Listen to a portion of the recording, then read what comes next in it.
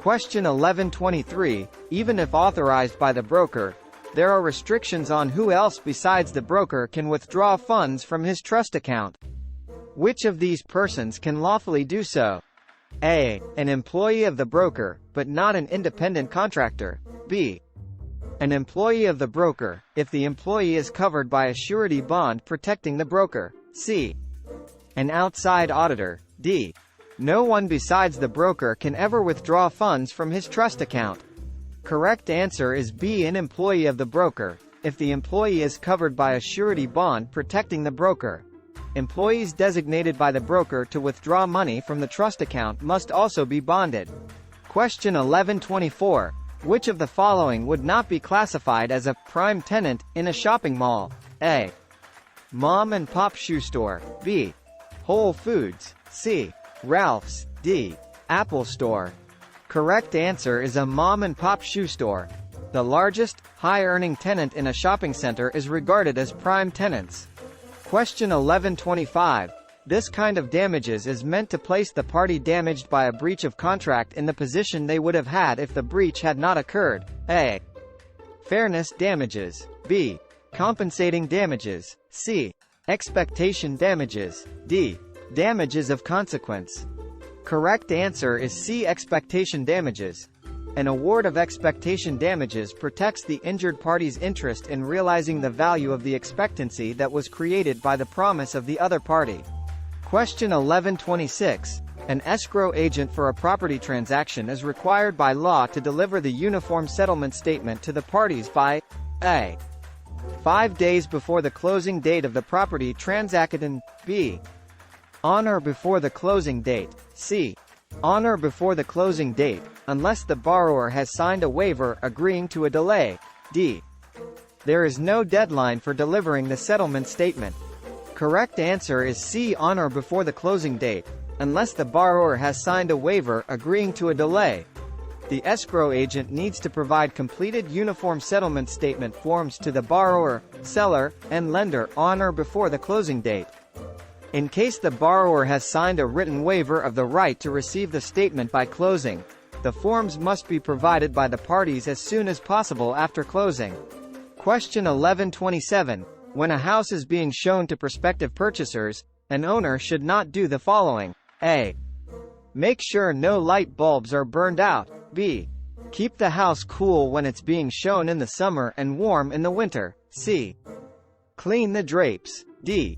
Maintain eye contact with the potential buyers, following them from room to room.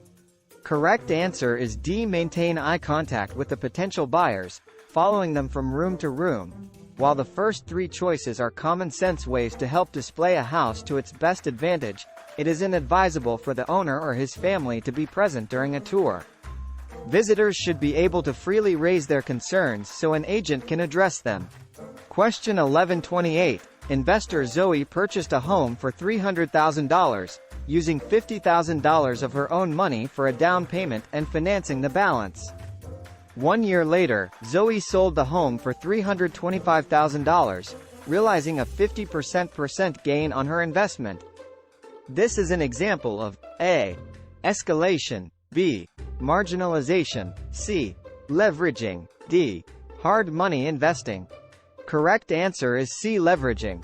Leverage refers to using borrowed money to invest in an asset, while putting down as little of one's own money as possible, to gain the benefits of the asset's rise in value. Question 1129. A. Blank is a licensee who tries to find a buyer for the property but who is not the listing agent. A. Selling agent. B. Alternate agent. C. Cooperating agent. D. Specialized agent. Correct answer is C. Cooperating agent. A cooperating agent who procures a buyer for the property becomes the selling agent. Question 1130. It is important for brokers to carefully review their clients' real estate forms because A. They can charge clients an extra fee for such review. A. They can charge clients an extra fee for such review. B. It is their professional responsibility to their clients. C. They can protect themselves from losing their commission. D. They can insert clauses advantageous to their client which the other party's broker will fail to notice. Correct answer is B. It is their professional responsibility to their clients. A real estate professional is obligated to use reasonable care and diligence when pursuing the principal's affairs, including taking time to review all real estate documents. Question 1115.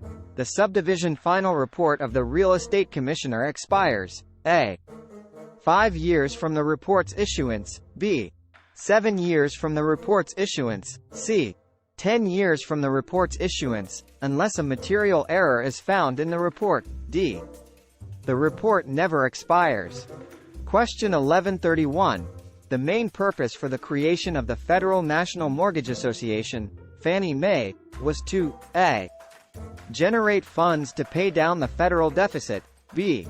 Increase the money available to housing, C. Provide funds to large home builders in big cities, D. None of the above. Correct answer is B. Increase the money available to housing. Fannie Mae was founded to repurchase qualifying loans, thus placing cash in lenders' hands to make available a continuing source of funds to make loans.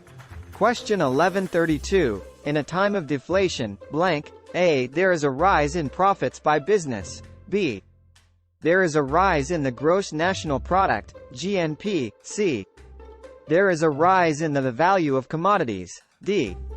There is a rise in the value of money. Correct answer is D. There is a rise in the value of money. Money becomes worth more in a deflationary period. The opposite of inflation, where it declines in worth. Question 1133. Which kind of estate provides the right of survivorship? A. Joint tenant, B. Tenant in severalty, C.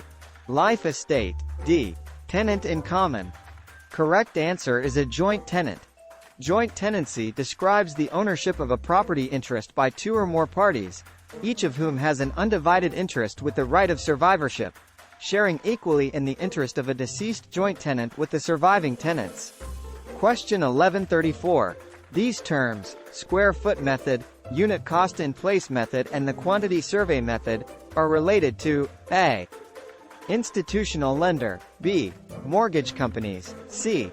Appraisal, D. Bulk sales. Correct answer is C. Appraisal. They are all approaches comprised under the cost approach method of real estate appraisal.